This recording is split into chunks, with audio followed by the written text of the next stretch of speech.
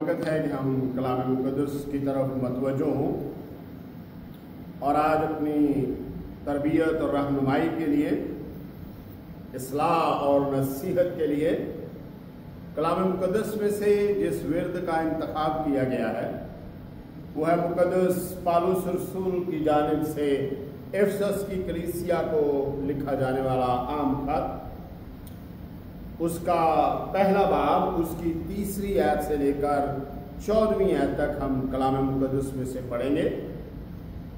مقدس پالوس رسول کی جانب سے لکھا جانے والا افسس کی کلیسیا کو خط، اس کا پہلا ہی باب اور اس کی 3 آیت سے لے کر 14ویں آیت تک کلام مقدس میں کچھ اس طرح مرقوم ہے۔ ہمارے خداوند یسوع مسیح کے خدا اور باپ کی حمد ہو، جس نے ہم کو مسیح میں آسمانی مقاموں پر ہر طرح کی روحانی برکت بخشی۔ چنانچہ اس نے ہم کو بنائے عالم سے پیشتر اس میں چن لیا تاکہ ہم اس کے نزدیک محبت میں پاک اور بے عیب ہوں، اور اس نے اپنی مرضی کے نیک ارادہ کے موافق ہمیں اپنے لیے پیشتر سے مقرر کیا کہ یسوع مسیح کے وسیلہ سے اس کے لئے پالک بیٹے ہوں، تاکہ اس کے اس فضل کے جلال کی ستائش ہو جو ہمیں اس عزیز میں مفت بخشا۔ ہم کو اس میں اس کے خون کے وسیلہ سے مخلصی یعنی قصوروں کی معافی اس کے اس فضل کی دولت کے موافق حاصل ہے جو اس نے ہر طرح کی حکمت اور دانائی کے ساتھ کثرت سے ہم پر نازل کیا۔ چنانچہ اس نے اپنی مرضی کے بھید کو اپنے اس نیک ارادہ کے موافق ہم پر ظاہر کیا جسے اپنے آپ میں ٹھہرا لیا تھا، تاکہ زمانوں کے پورا ہونے کا ایسا انتظام ہو کہ مسیح میں سب چیزوں کا مجموعہ ہو جائے، خواہ وہ آسمان کی ہو خواہ زمین کی۔ اسی میں ہم بھی اس کے ارادہ کے موافق جو اپنی مرضی کی مصلحت سے سب کچھ کرتا ہے پیشتر سے مقرر ہو کر میراث بنے، تاکہ ہم جو پہلے سے مسیح کی امید میں تھے اس کے جلال کی ستائش کا باعث ہوں۔ اور اسی میں تم بھی جب تم نے کلام حق کو سنا جو تمہاری نجات کی خوشخبری ہے اور اس پر ایمان لائے، پاک مودع روح کی مہر لگی، وہی خدا کی ملکیت کی مخلصی کے لیے ہماری میراث کا بیانہ ہے، تاکہ اس کے جلال کی ستائش ہو۔ خداوند اس کلام کے سبب سے مجھے اور آپ سب کو بڑی برکتوں سے نوازے۔ آئیے دعا کریں۔ قدوسیت کے مالک ابراہیم، اسحاق، یعقوب کے خداوند مسیح یسوع میں ہمارے باپ، تو ہی عزت، بزرگی، حمد و ستائش کے لائق خداوند ہے۔ اے خداوند، معبودوں میں کون ہے جو اپنے تقدس کے بعد جلالی اور اپنی مدح کے سبب سے روک والا اور صاحب کرامات ہے۔ اے خداوند یسوع مسیح کے خون کی بنیاد پر میں تیرے قدموں میں ہوں اور تجھے سجدہ کرتا ہوں۔ زندگی اور زندگی کی تمام لوازمات کے لیے، برکتوں بخششوں کے لیے خداوند خصوصی طور پر آج اے خداوند اس کلام کی خدمت کو انجام دینے کے لیے جو اے خداوند تو نے چناؤ کیا، تو نے اے خداوند سے تندرستی دی، تو نے اے خداوند بحال کیا، تو نے اے خداوند اٹھا کھڑا کیا اور اے خداوند اپنی خدمت کے لیے لے آیا ہے، تیرا شکریہ ادا کرتے ہیں۔ اور اے خداوند اپنی کمزوریوں کا اقرار کرتا ہوں، میری کمزوریوں کو اپنے زور میں بدل دے۔ کامل استاد روح القدس کی اے خداوند سہایتا میسر ہو، اور اے خداوند تیرا بیٹا عزت اور جلال پائے۔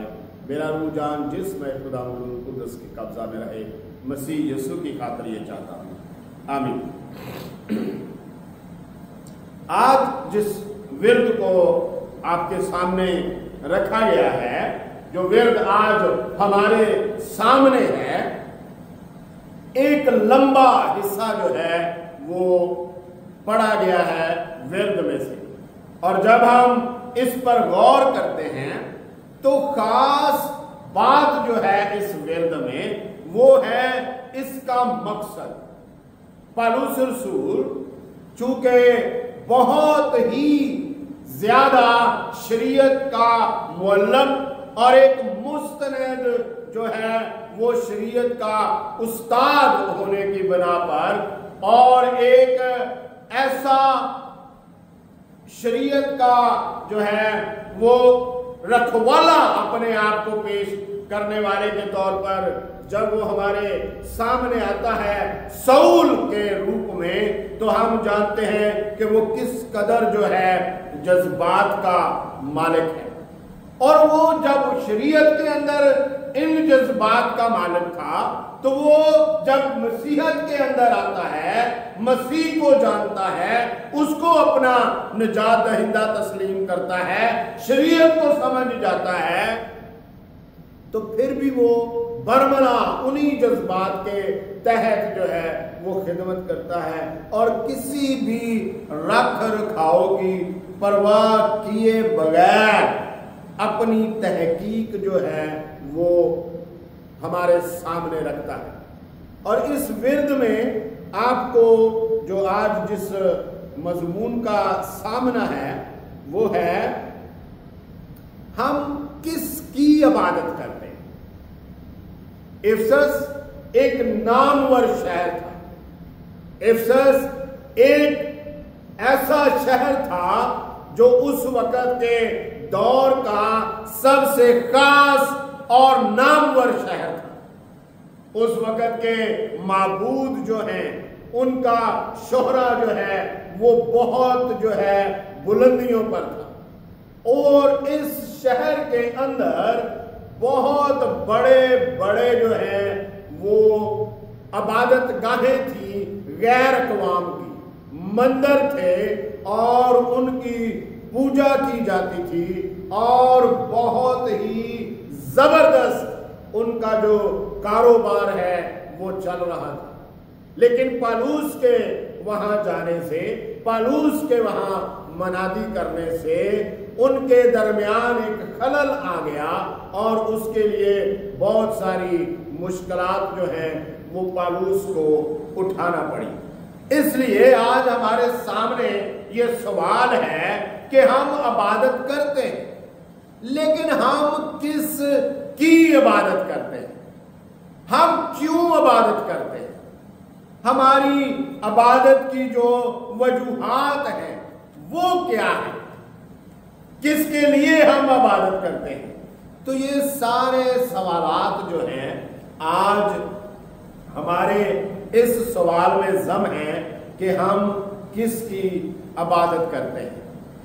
اس سے پیشتر کہ ہم آگے بڑھیں، میں آپ کے سامنے خاکے کو دہرا دینا چاہتا ہوں تاکہ آپ اس کے بارے میں تحقیق کر سکیں اور اپنی زندگی کو جو ہے وہ اس کے طریقہ سے جانچ سکیں۔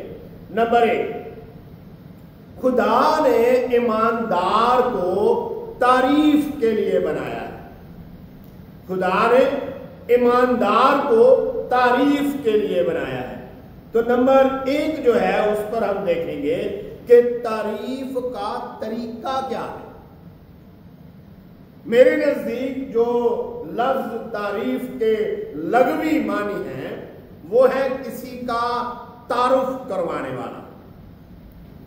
ہم تعارف کروانے والے ہیں، ایماندار تعارف کروانے والا ہے۔